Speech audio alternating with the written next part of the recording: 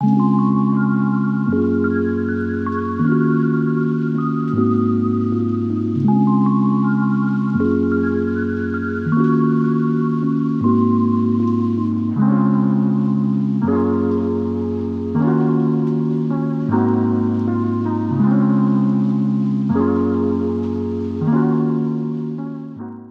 to Crushgasm, the podcast that's been dedicated to bringing you the highs and lows of crushes, but we're shaking things up for the next couple of months to crush on a whole decade. Yep, we're talking all things 90s by breaking it down year by year with some familiar faces. Well, voices, like today's guest, Diandre Robinson, the host of Masturbators and the man who adopted me into the I Did Not Make These Rankings podcast network.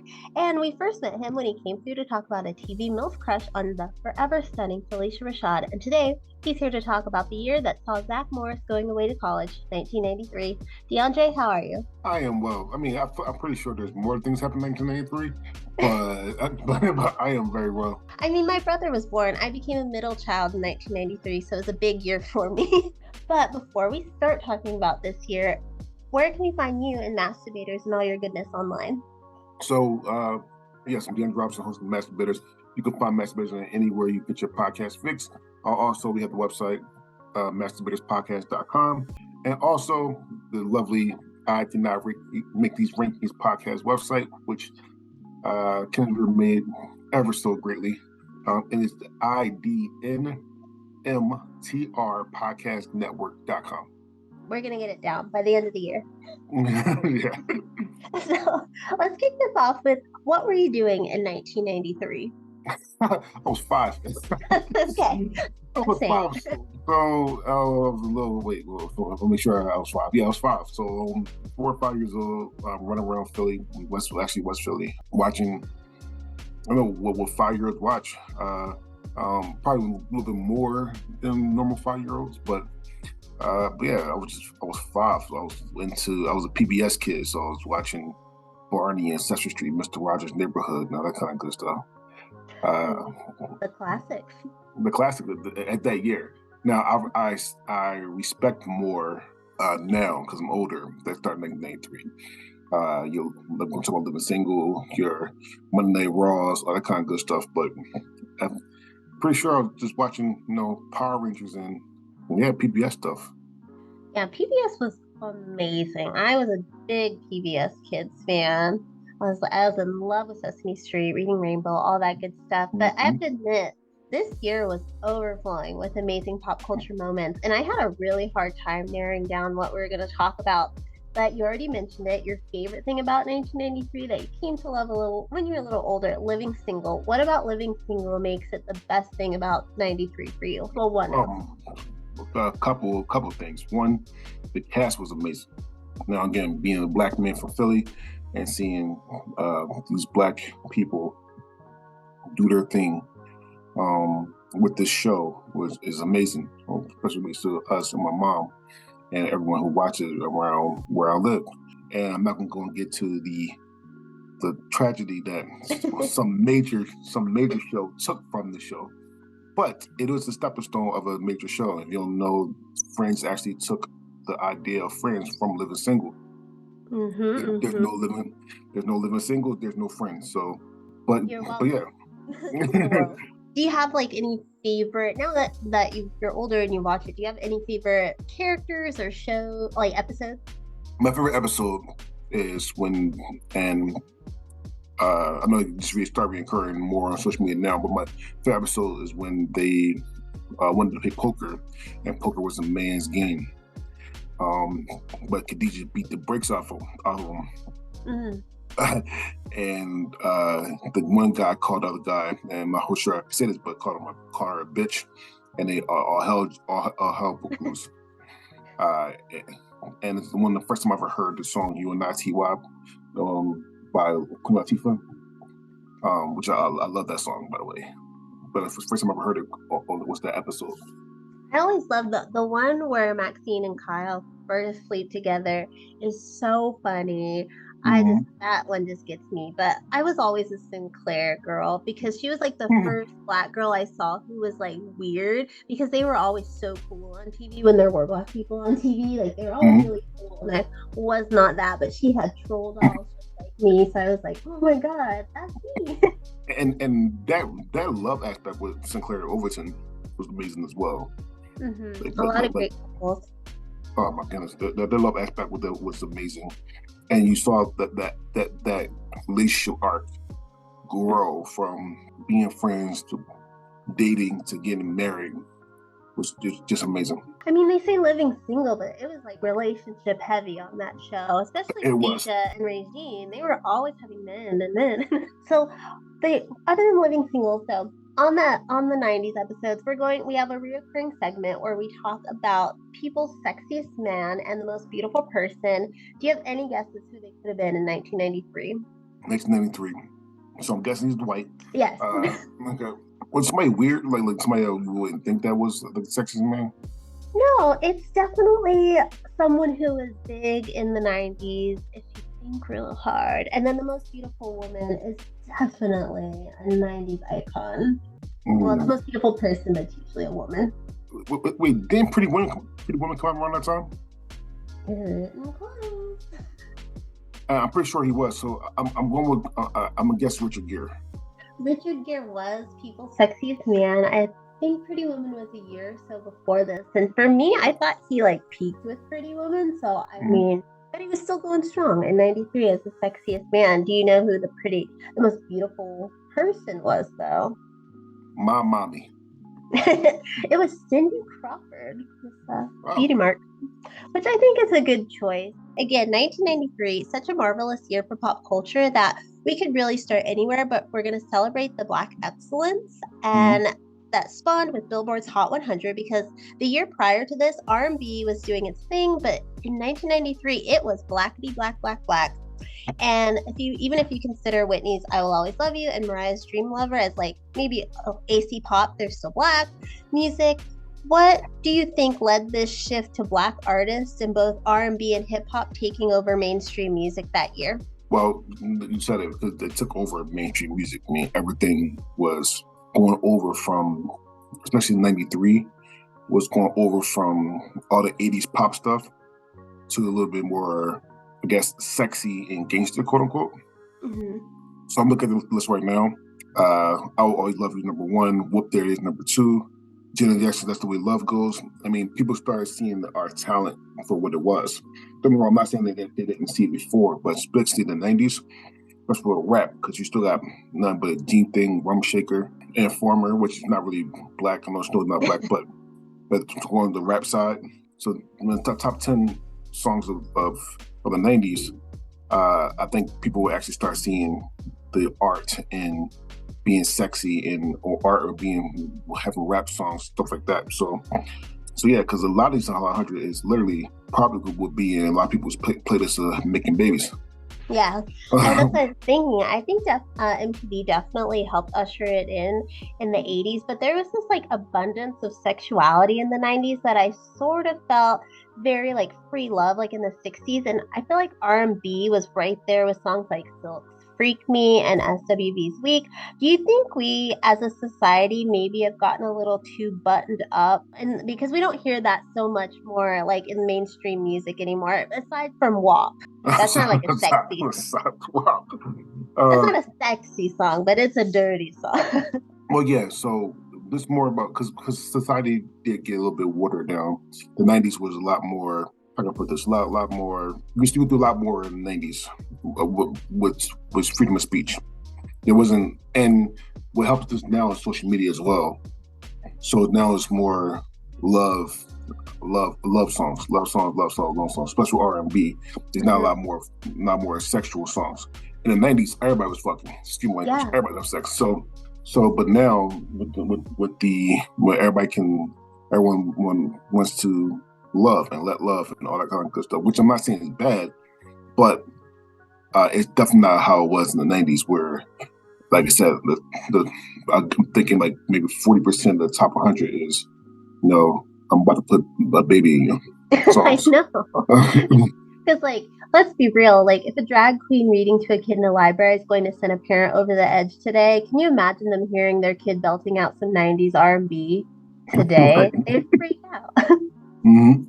Meanwhile, my old roommate, when she was 3, her favorite song to sing was "Color Me Bad, I Want to Sex You Up." 3 years old. Ooh. And her parents thought it was the cutest thing ever. I do too. So I was talking to musician Jason Hendrickson.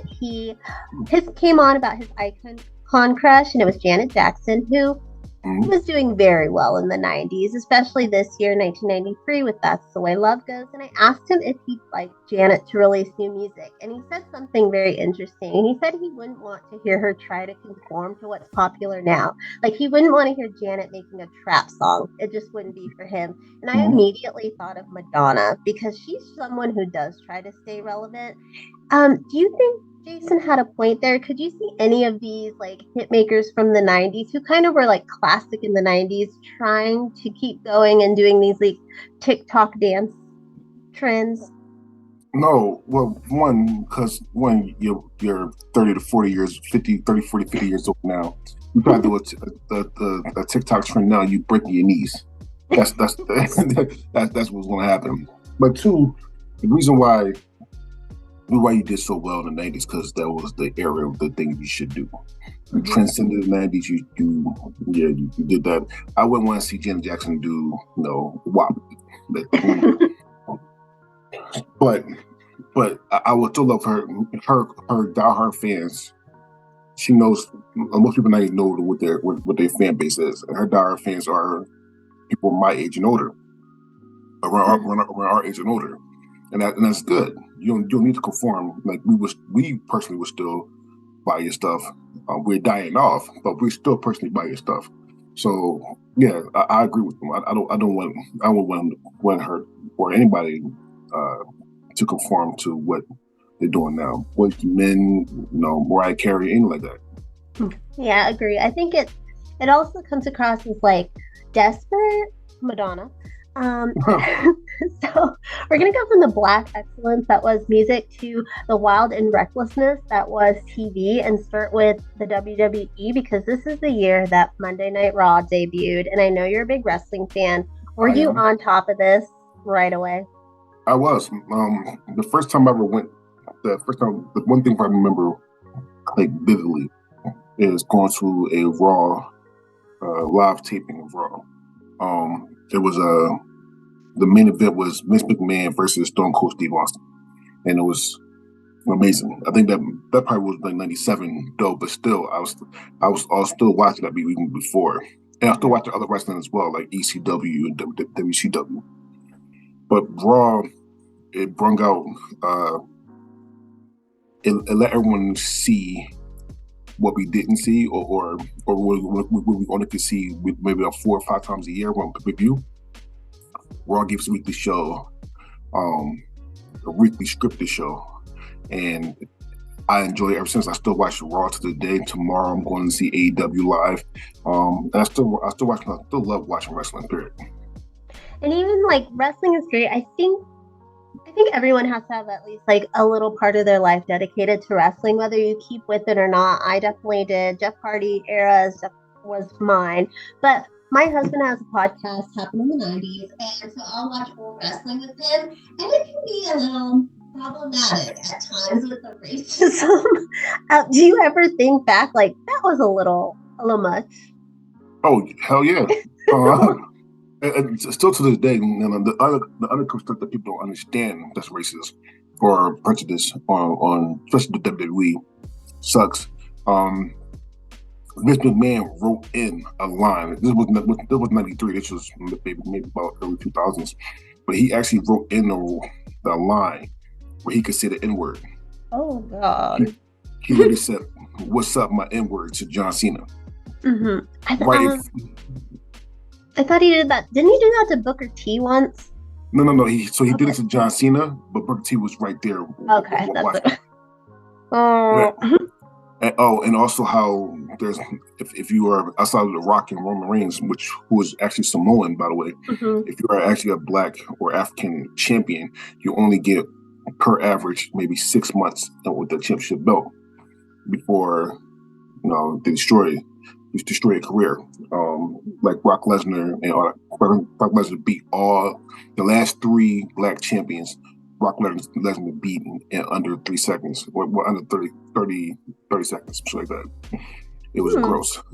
So that's a bit stuff there.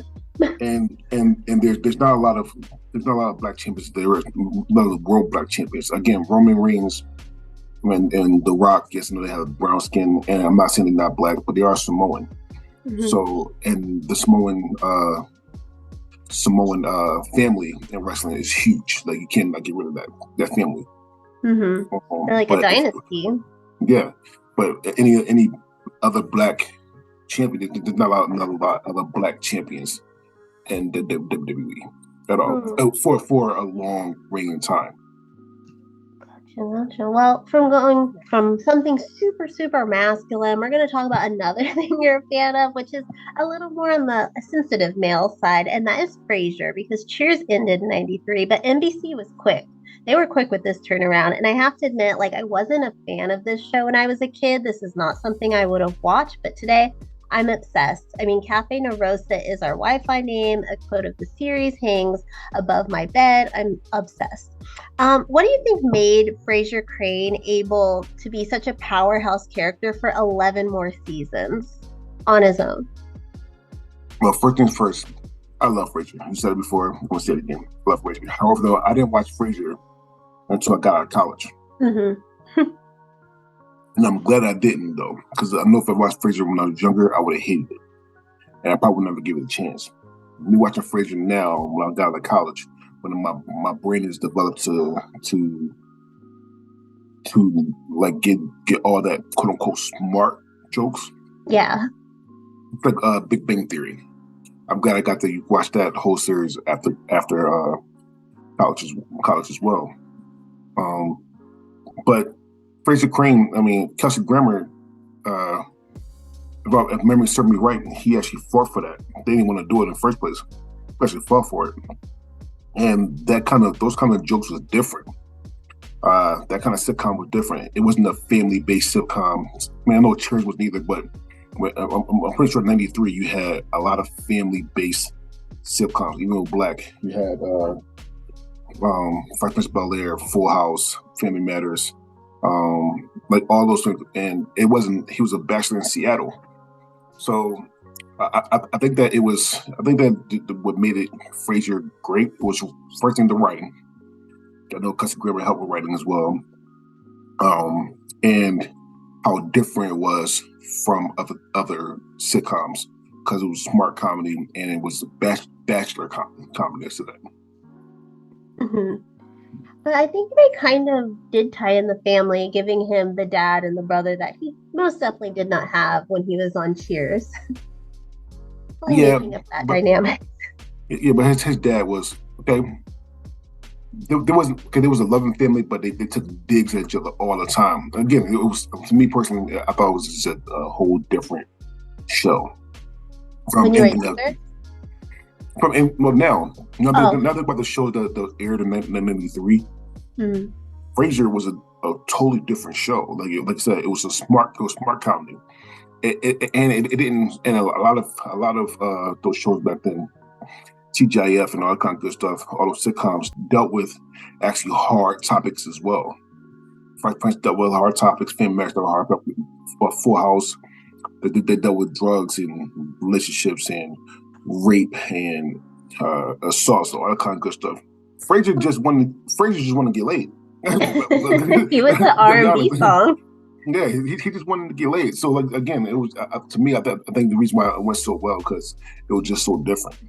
Yeah, it was different, and I think it was also a spinoff, and it's really hard for a spinoff to be successful. But Frasier did it. But I think it's even harder to follow a character from middle school to high school to college, which Boy Meets World did, and it debuted back in there in the TGIF block. You mentioned some shows, and I know you love Carl Winslow and Family Matters, but were you also a Boy Meets World fan? I was a huge Boy Meets World fan, but I was a high school Boy Meets World fan. I wasn't a big fan of the middle school Boy Meets World. Not gonna lie. When he transferred to high school. My very first, I remember where my very first episode I watched Women's World was when he first asked to pink out, and then Sean, he didn't want to because he was scared, but Sean did, and they made that whole rule so he just asked her out during the movie. The high school Women's World was I loved. Middle school, I'm not sure why I didn't get to it, but I didn't. I got to Women's World with really late. I think it feels different though. The middle school ones, the characters are all Corey's like more rambunctious in middle school, and then he gets kind of like anal in high school and college. I always thought that was weird. Eric too. He went from this like playboy to like this very eccentric person when they got to college. I always found that interesting. But it's a hit show. Do you think that TGIF would ever work in today's world with streaming? Because I know that ABC, they tried with Fresh Off the Boat, some other shows, but it didn't go well. Yeah, Fresh Off the Boat and Blackish was that hit. Now, Schultz was good. Fresh Off the Boat wasn't that bad. Blackish is freaking amazing. Mm-hmm. Grownish is not that bad. I don't think you can do this because network television is going down because of streaming. Even with NBC, Peacock is actually done up there in more views than the NBC channel. So NBC channel still is getting more views, but so Peacock is actually doing it, and you got to pay for Peacock. Yeah, so, the TGIF comeback, it was abysmal. And you know what? Speaking of abysmal, let's talk about Free Willy. This movie was not the greatest. Free Willy. This movie wasn't the greatest looking back, but it featured an amazing Michael Jackson song, which those who voted in the I Did Not Make These Rankings draft slept on it. It was my pick, and you slept on it. But Free Willy wasn't alone, though. There were so many movies with animals that year, including Homeward Bound, and I know there are a ton of movies with talking animals that, shall we say, they're fine on Netflix and elsewhere today, but why do you think that kids aren't into those anymore? Like the Air Buds and the Beethovens? Because we got it in the 90s. Do you think your daughter would be really into like a movie like Beethoven at about 7 years old? So here's the thing. I'll have to like, train her mind to do that. I mean, she's more into right now, and she's only 11. Oh shit! Turned 11 months yesterday, and I've got to do my hey, it's my daughter 11 months thing. However, though, this is we got like conditioned to like movies like that, because even with cartoons, you have talking animals and talking internet objects, like Cinderella and Beauty and the Beast, all that kind of good stuff. There's not a lot of. I mean, I'm not sure, but I don't think there's a lot of parents forcing their kids to watch The Lion King or stuff like that, because we have stuff like Grace's Corner or all the cartoons on Netflix which don't have talking dogs, like Look Who's Talking Now or anything like that. So yeah, I think that we actually stopped that. I mean, there wasn't. I don't think it's the kids' fault. Well, parents, it's time to bring back the talking dogs and even the not talking dogs. Beethoven didn't talk, and he had like a million movies. Air Bud too. So, parents, just force your kids to love these dog movies. I'm looking at the worst movies of 1993, and some movies I actually like. Okay, but I also think movies like The Sandlot are something that like would not be made today, well, at least released to theaters. And some say this baseball movie is riddled with good nature nostalgia, and it's the best kids sports movie ever. Do you agree that The Sandlot is the best of that genre? Best kids sports movie or best kids baseball sports movie? Just sports. Because there's a million baseball lists of sports. Hell no. Not even in that around that same year, it's not even the best. You have movies like The Mighty Ducks, Little Giants, which is a football movie. So Mighty Ducks, Little Giants. I mean, Airbud was not really an Airbud, but the Airbud. I thought the first Airbud was actually. I mean, now Airbud has like 17,000 other movies. I'm pretty sure he went to space one time. Yeah, but space buddies. so yeah, but I don't think that this is the best one. And when we do best kid movies, I'm pretty sure it won't. It will probably go far, but won't go that far. I do think that there's other movies that were better than the Sandlot. I'm not saying the Sandlot is bad. Like some quotable stuff. However, though, there are other movies better than the Sandlot to me. That's fine. Benny the Jet, more for me. So we're going to go from sports to sequels because hands down, I think we got two of the best in this year. We had Sister Act 2 and Addams Family Values. Mm-hmm. Do you think these are better than the movies that came before them? Hell yeah. Hell yeah. Sister Act 2 is one of the best sequels of all time. Addams Family Values is one of the outside of what just came out, Wednesday just came out, probably one of the best things about Addams Family period. Mm-hmm. Especially when she goes to camp and talks about how the Pilgrims and Native Americans came together. the real story. So yes, it's one of the best. Yeah. Do you have high hopes for Sister Act 3? No, I don't. I'm nervous. I'm nervous because how do you top that last scene in Sister Act 2? How? The song? Yeah, you can't the song. And I'm not a big fan of waiting 20, 30 years to make another sequel. I know, like a lot of those nuns ain't gonna be around. Yeah, I know a lot of them. But like two of them are passed away. Oh, yeah. So you mentioned Wednesday, and do you think we'll ever see the original cast except for Raul, who played Gomez? Do you think they'd ever come back for like a third movie where Christina Ricci kind of takes over as the matriarch of the family, maybe dealing with her own kid who is, we'll just say maybe she was like a goth influencer, just because they always throw that into modern movies. Mm-hmm. I don't think so because Christina Ricci probably won't want to do it. I would love to see it. It has some good writing with that, but I personally think that Christina Ricci passed the torch and said, "Hey, this is yours now. Have fun with it." Yeah, it's kind of that's what Wednesday felt like to me too, like passing Wednesday to a next generation of little goth girls and guys. So Hot Topic can keep on selling T-shirts. So those are just two movies that I just like. There was a lot of greatness this year, especially for movies and in theaters, because the box office, it didn't lie. Miss Doubtfire, Jurassic Park, which both still hold up to me. Are these movies that you can still watch and appreciate today? Mrs. Doubtfire, yes.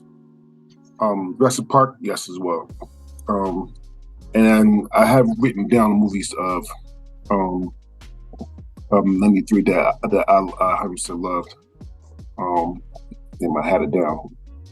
And my fiance loves as well. She loves Dazed and Confused.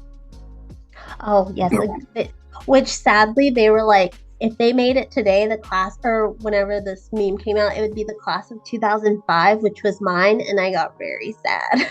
Well, yeah. I was like, what? Yeah. That movie's cringeworthy to me because I hate that one line, and that one line is one of the most famous lines in history. Yeah. And I love high school girls. I'm like that's just cringeworthy. Though, you got movies like Schindler's List, The Fugitive, Men's Society, True Romance. So 93 has some bangers. Even some movies that I don't really like Army Darkness. I'm not a big fan of, but people love it. Like The Night Before Christmas, like. 93 has some bangers for 90s movies, and I love it. I think it is, when I was going through this, I do think 1993 had the best movies for me. And 99 had the best music because it was Backstreet Boys, but I'll get there later. So they obviously learned not to fuck with dinosaurs and theme parks, but they've gone back to Jurassic Park multiple times and with Chris Pratt. But do you think they'll ever try to do a Mrs. Doubtfire remake? It'll be in bad taste. I mean, I think some things you got to let lie, and any movie that has, even like I said, even with Robert Williams, Jumanji, even Jumanji's movies, I think they should make the new ones to remix of those because it was such a good movie that Robert Williams did. You should let that go. So I hope not. Yeah, I hope they never do. I love the Jumanji. I was really nervous because Jumanji is one of my favorite movies. When he died, my roommate was like not happy Robert Williams died, but she was like happy that I wouldn't watch Jumanji like every single day anymore because I watched that movie too much. I love it. But yeah, I don't think they're gonna touch Mrs. Doubtfire. I just don't think they would ever make a movie like that unless Tyler Perry tries. No, but you don't listen. I love your show. I love your show. Don't make me go off on the show. All right. We're gonna do some popcorn questions. So you're gonna pick a number 1 through 50, and they're all 90s based, and we're gonna go with it. So we're gonna do 5 of them. All right. We'll do 50, so 34. Ooh, okay. So you watch Nickelodeon, right? Mm-hmm. Okay, so fuck, marry, kill with the all real monsters: Ickis, Oblina, and Crumb. Wow. All right. So fuck, marry, kill. I will fuck Oblina. I probably kill Crumb. I feel like he might stink a little bit. Yeah. And then I have to marry Ickis. I feel like he's the brains of the operation. So yeah, you go. I agree. I think I would kill Crumb just because like the eyeball thing was always creepy. Mm-hmm. I was like, eh. All right, next number 8. Where were you when the OJ verdict was read? I was in my house, listening to all the black people be happy. Yes, same.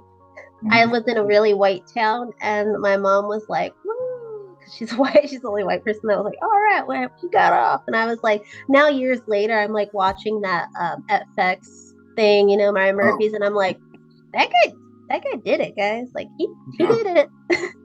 But okay. Mm-hmm.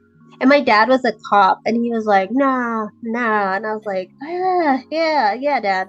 Yeah. But never. So there's things for people I read about that verdict too. Maybe he did it. So here's people I read about that verdict as well. Maybe he did it or maybe didn't do it. That's what it is. However, though, and I don't wish definitely anybody, but around that time, black men was getting so screwed over that we was just looking for a win. Mm-hmm. I'm not going to speculate if he did it or not. That's not. I mean, he got off. He went back for to do some dumb shit, which I know. But he got off. So, but because we kept getting fucked over, we had to.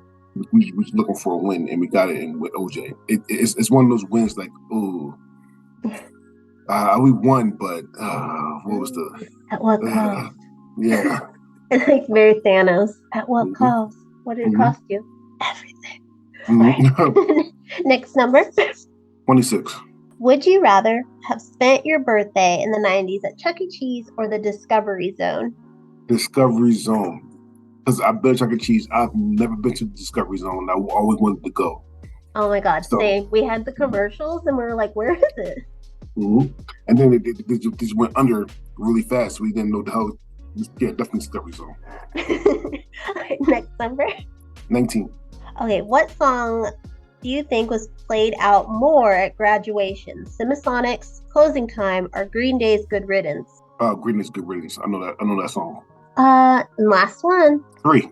Okay, what do you think was more emotionally damaging to 90s kids? Thomas J. and the Bees and My Girl, Ginger Spice leaving the Spice Girls, or the end of the series Dinosaurs?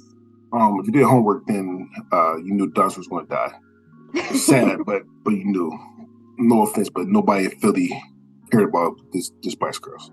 That's even the girls didn't care. That's Spice Girls. So I have to go with the Bees. The Bees was tragic. So I have to go with Bees, which I always ask this question though, and that's so sad. But what's more sadder, My Girl or Bridge to Terabithia? I'm pretty sure Bridge to Terabithia movie came out around the same time as well. That was My Girl. Bridge to Terabithia though. Ooh, I'm not saying it's wrong, but I'm saying that's really, really close. I mean, because Bridget Terabithia, like I remember we had it in class, and our teacher was reading it to us, after lunch. So it just didn't hit as hard. And I know they did make a movie later, but my girl, because I actually, was in that. But yes, both sad. So the last thing we talk about is if you were the age you are now, but in 1993, what do you think your life would be like and you would be doing? I am watching wrestling. Oh, do I have the same job that's making the same amount of money? Because that would be amazing. Sure. Well, it's 1993, so you might be making a little less, but it would kind of equate to the same. But still, I don't know. But I probably like a lot of WWE, a lot of black movies, Men's Society, Boys in the Hood, all that kind of good stuff. Still playing. Probably in better shape actually. Probably a hot top fade. I'm pretty sure what the second house party came out in 1993, 92. Yeah, so just having fun in Philly. You're the first person to say not like a lot of drugs for some reason. I'm like, why is everyone doing this? Like the 80s, like what? Well, listen, probably still smoking weed.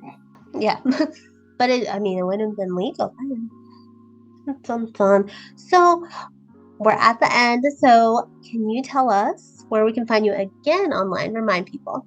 So my name is Diandre Robinson. I'm host of All the Masturbators with the brackets and the drafts. I'm part of the I Did Not Make This Rankings podcast network. I'm also starting a new project called Season to Season. We'll talk about different TV shows season by season. And our first episode will be on the show House. Ooh, my boyfriend.